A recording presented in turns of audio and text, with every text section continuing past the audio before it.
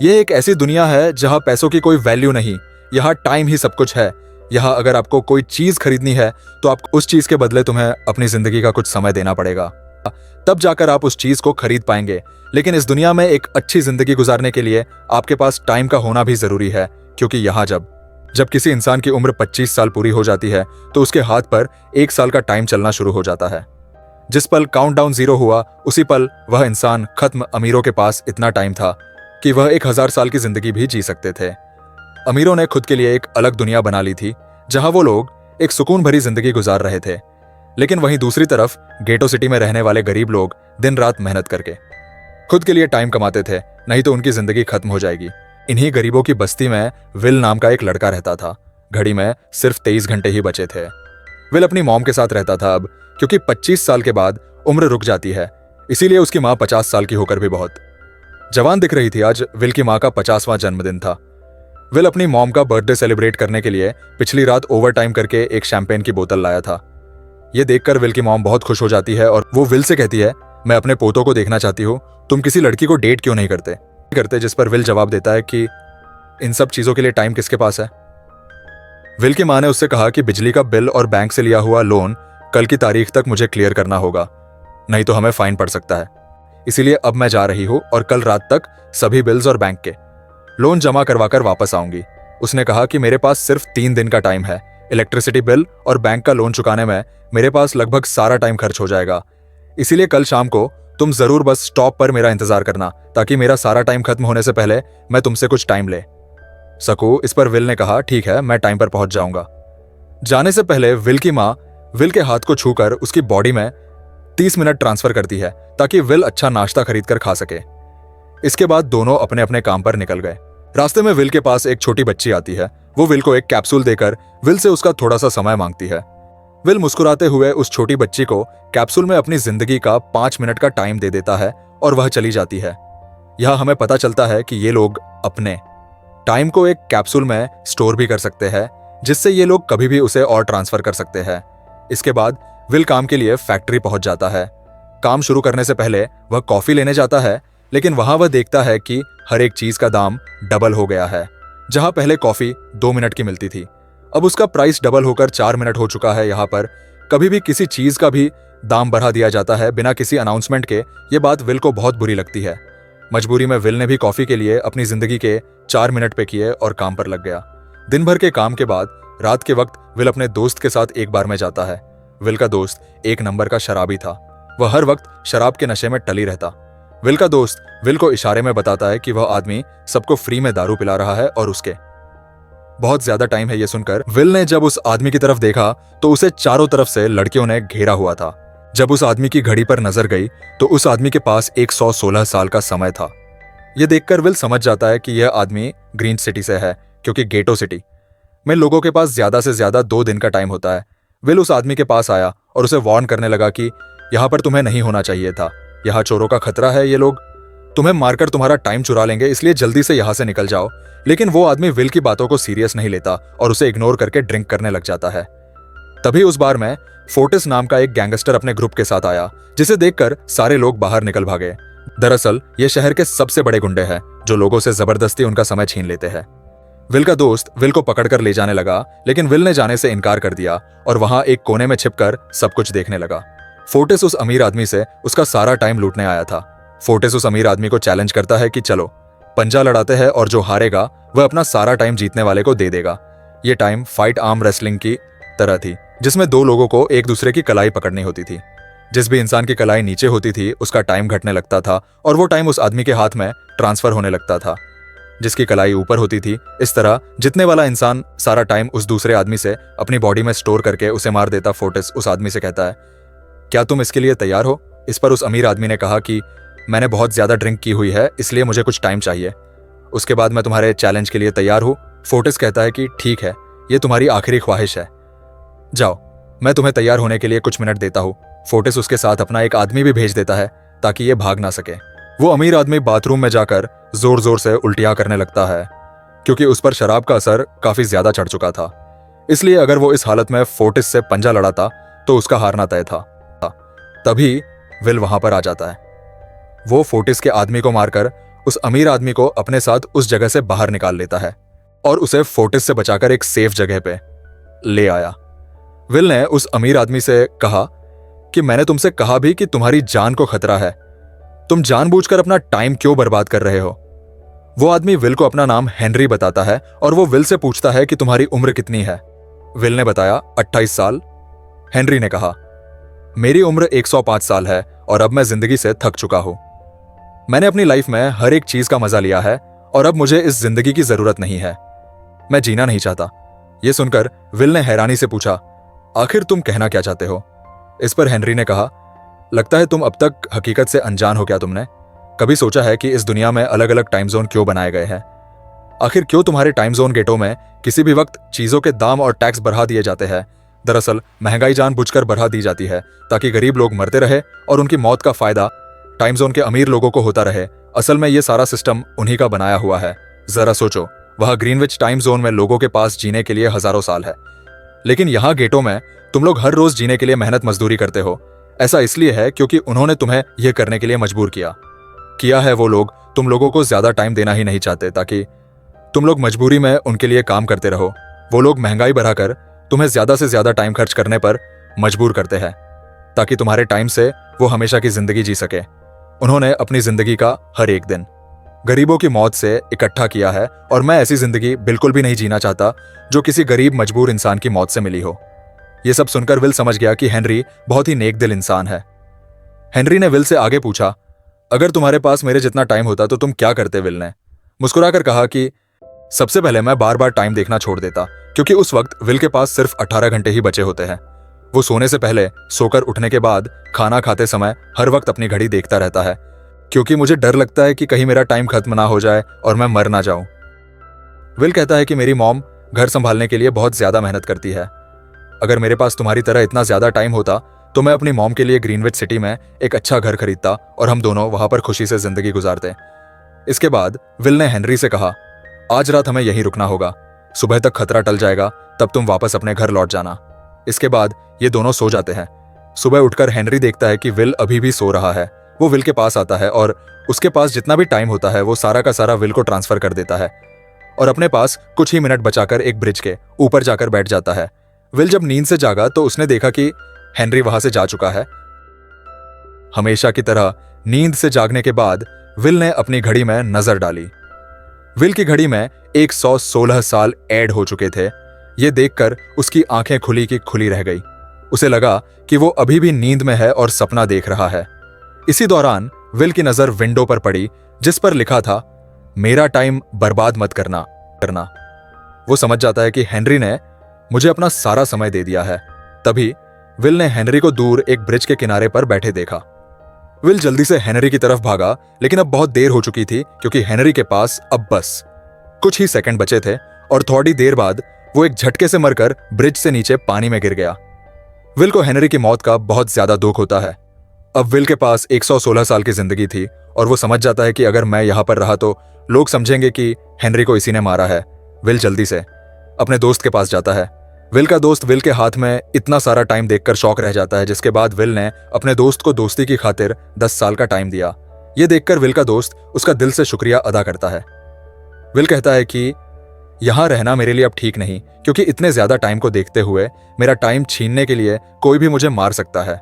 अब मैं अपनी माँ के लिए ग्रीनविच सिटी में एक अच्छा सा घर खरीद सकता हूँ और वहां पर एक सेफ लाइफ गुजारूंगा। जिसके बाद बिल अपने दोस्त को गुड बाय कहकर वहां से निकल जाता है और सीधा उस बस स्टॉप पर जाकर मॉम का इंतजार करने लगता है, जहां 2 दिन पहले उसकी मॉम ने उससे कहा था कि मैं इलेक्ट्रिसिटी का बिल और बैंक का लोन चुकाकर इस बस स्टॉप पर पहुंचूंगी।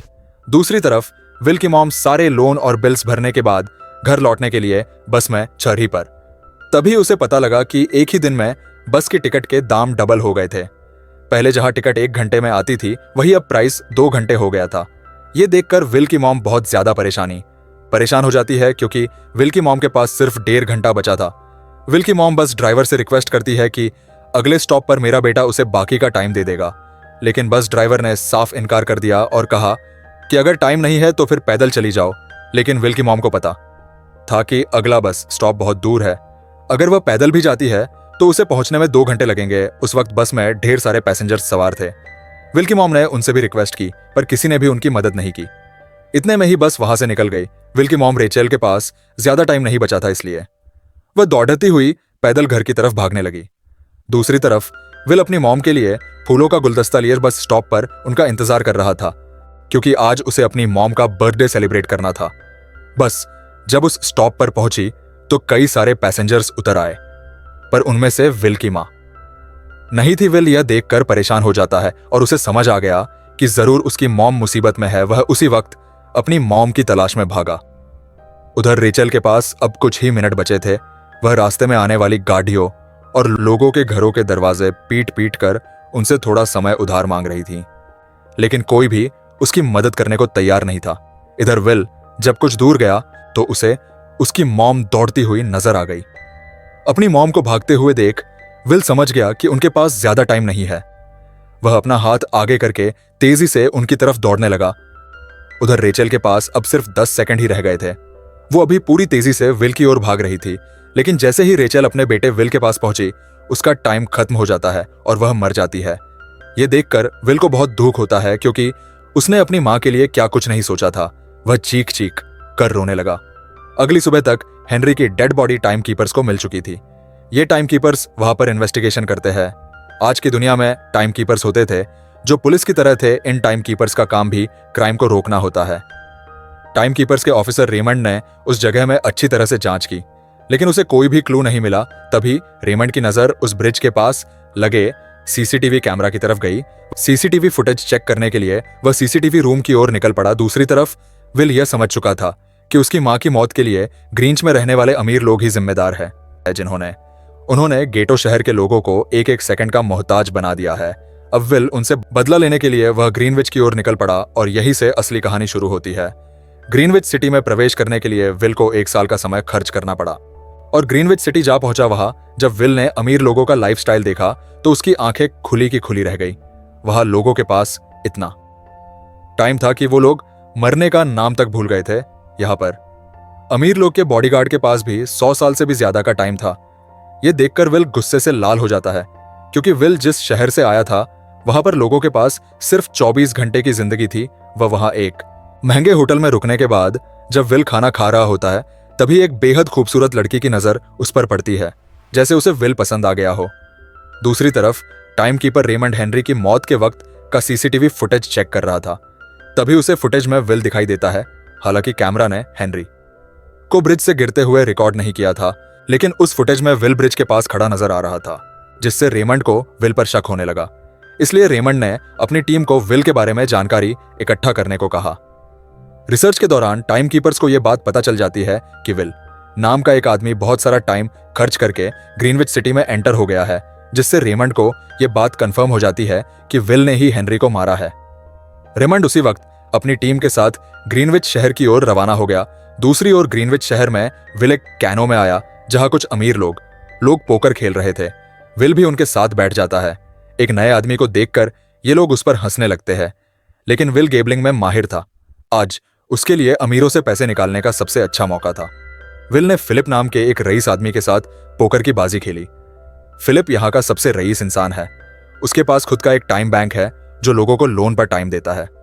फिलिप के साथ उसकी बेटी भी बैठी होती है, और वही लड़की है जिसने कुछ देर पहले विल को देखा था, जो कुछ देर पहले विल को गौर से देख रही थी। गेम जब शुरू हो जाती है तब विल अपनी लाइफ का सारा टाइम दांव पर लगा देता है और अपनी माइंड के बदौलत वो फिलिप से 1100 साल जीत जाता है। ये देखकर फिलिप की बेटी सिल्विया विल से काफी ज्यादा इंप्रेस हो जाती है। उसने विल को कल रात अपने घर पार्टी पर इनवाइट किया। फिर अगली शाम विल एक नई नवेली कार खरीदकर फिलिप की पार्टी में जा पहुंचा। वही पार्टी के दौरान विल और सिल्विया डांस करने लगते हैं और सिल्विया मन ही मन विल को दिल दे बैठी। वो अपनी दिल की बात विल से करने ही वाली थी कि तभी टाइम कीपर रेमंड अपनी टीम के साथ वहां पहुंचता है और विल को पकड़ लेते हैं। विल को खूनी समझकर सिल्विया भी उससे नाराज हो गई। रेमंड ने सबसे पहले विल का सारा टाइम उससे छीनकर सिर्फ 2 घंटे दिए। उसके बाद वो विल को हेनरी के खून के इल्जाम में गिरफ्तार करने लगा। रेमंड विल से पूछता है कि तुमने हेनरी को क्यों मारा। विल उसे कहता है कि मैंने उसे मारा नहीं था, बल्कि वो खुद जीना नहीं चाहता था, इसलिए उसने मुझे 116 साल दी और बाद में उसने खुद की जान ली। लेकिन रेमंड विल की बात पर यकीन नहीं करता। विल समझ जाता है कि रेमंड मुझे हेनरी के झूठे केस में फंसाकर उम्र भर कैद के लिए मुझे जेल में डाल देगा। इसलिए वह मौका देखते ही रेमंड के आदमियों को मारकर खुद को आजाद कर लेता है और उनकी बंदूक लेकर को बंदी बना लिया। सिल्विया को ढाल बनाकर विल उसे साथ लेकर भाग निकला और रेमंड और उसके आदमियों को चकमा देता हुआ वापस गेटो शहर आ पहुंचा। इस दौरान विल के पास टाइम काफी कम बचा था। उसने सिल्विया से कुछ टाइम उधार मांगा, लेकिन सिल्विया ने उसे 1 सेकंड भी देने से इनकार कर दिया, क्योंकि वह भी उसे हेनरी का खूनी समझ रही थी। इसलिए वो और तेजी से गेट शहर की तरफ कार दौड़ाता है ताकि वहां पहुंचकर किसी से टाइम उधार ले सके। जल्दबाजी में उसका ध्यान आगे सड़क पर बिछी कंटीली तारों पर नहीं पड़ता, जिससे टकराते ही विल की कार ब्रिज से नीचे गिर जाती है। इस एक्सीडेंट में विल और सिल्विया बेहोश हो गए। असल में रास्ते में वो कांटे फोर्टिस और उसकी गैंग ने बिछाए थे। फोर्टिस ने देखा कि सिल्विया के पास 10 साल का टाइम था। वो सिल्विया का सारा टाइम चुराकर वहां से निकल जाते हैं। इतने में ही विल और सिल्विया को होश आया। सिल्विया ने जब अपने हाथ की तरफ देखा तो वो परेशान हुई, क्योंकि उसके पास सिर्फ 30 मिनट ही बचे थे और विल के पास भी कुछ मिनट ही बचे थे। पर फिर भी उसने सिल्विया को अपने कुछ मिनट दिए, जिससे इन दोनों का टाइम बराबर हो गया। इसके बाद विल सिल्विया को लेकर जल्दी से अपने दोस्त के घर जाता है, जिसे उसने 10 साल दिए थे। जब उसके दोस्त की वाइफ ने दरवाजा खोला और उसने विल को देखा तो उसने विल से नाराजगी जताते हुए कहा, तुम्हारे दिए हुए 10 साल ने मेरे पति की जान ले ली। उसने सारा टाइम शराब में उड़ा दिया, जिससे उसकी मौत हुई। सुनकर विल मायूस हो गया, लेकिन अब इन दोनों के पास भी ज्यादा टाइम नहीं था। अगर ये दोनों जल्दी से कुछ नहीं करते तो इनकी भी मौत पक्की थी। तभी विल ने सिल्विया के कानों में ईयरिंग देखी, जो हीरे की थी। उसे बेचकर विल और सिल्विया को 2 दिन का टाइम मिल गया। इसके बाद विल सिल्विया को लेकर फोन बूथ आया। उसने सिल्विया के पिता फिलिप को कॉल किया और बताया कि उसकी बेटी अब तक सही सलामत है। उस वक्त रेमंड भी फिलिप के पास ही मौजूद था और विल को भी पता था कि रेमंड भी वहां मौजूद है। विल ने सिल्विया को छोड़े रहने के बदले 10,000 साल का टाइम मांगा और वो 10,000 साल टाइम बैंक के जरिए गरीब लोगों में बांटने को कहा और कल सुबह तक का टाइम दिया। हालांकि फिलिप के लिए यह रकम कुछ भी नहीं थी, पर फिलिप किसी भी कीमत पर गरीबों को टाइम नहीं देना चाहता था। इधर वह सिल्विया को अपने घर ले आया, जहां पर दोनों सुबह होने का इंतजार कर रहे थे। इसी दौरान सिल्विया ने विल से पूछा कि उसकी फैमिली कहाँ है। इस पर विल ने बताया कि पिछली रात ही टाइम ना होने की वजह से मेरी माँ की डेथ हुई। ये सुनकर सिल्विया को बहुत बुरा लगता है और उसे एहसास होता है कि यहाँ गरीब लोग हर पल मौत के डर में जीते हैं। उन्हें 1 दिन का टाइम कमाने में कितनी मेहनत करनी पड़ती है। अगली सुबह बैंक खुलते ही विल और सिल्विया खिड़की से बैंक पर नजर रखने लगे। सिल्विया ये देखकर बहुत मायूस हो गई कि टाइम के आगे उसके पिता के लिए अपनी बेटी की भी कोई कीमत नहीं थी। अब सिल्विया को समझ आ गया कि उसके पिता सिर्फ बिजनेसमैन नहीं है, बल्कि वो इस सिस्टम के हेड है। वो गरीब लोगों की मौत से अपनी जिंदगी के साल जमा करते हैं। सिल्विया को यूं मायूस देखकर विल ने उसे वापस घर भेजने का फैसला किया। वो उसे फोन बूथ पे ले आया और अपने पिता को कॉल करके अपने लिए मदद बुलाना को कहा। इस दौरान वह सिल्विया को वेपन भी दे देता है ताकि वो खुद की हिफाजत कर सके। इधर सिल्विया फोन पर अपने पिता से बात कर रही थी कि तभी टाइम कीपर रेमंड चुपके से वहां आ पहुंचा और विल पर गन तान दी। रेमंड विल पर गोली चलाने ही वाला था कि तभी सिल्विया ने रेमंड को देख लिया और घबराहट में रेमंड पर गोली चला दी। ये देख विल घबराकर रेमंड के पास आया। हालांकि वो गोली रेमंड के हाथ को छूकर निकल गई थी। रेमंड के हाथ से बहुत खून निकल रहा था। विल ने रेमंड की घड़ी देखी। रेमंड के पास सिर्फ 2 घंटे बचे थे। दरअसल टाइम कीपर्स को भी सैलरी के तौर पर हर रोज 1 दिन का ही टाइम मिलता था।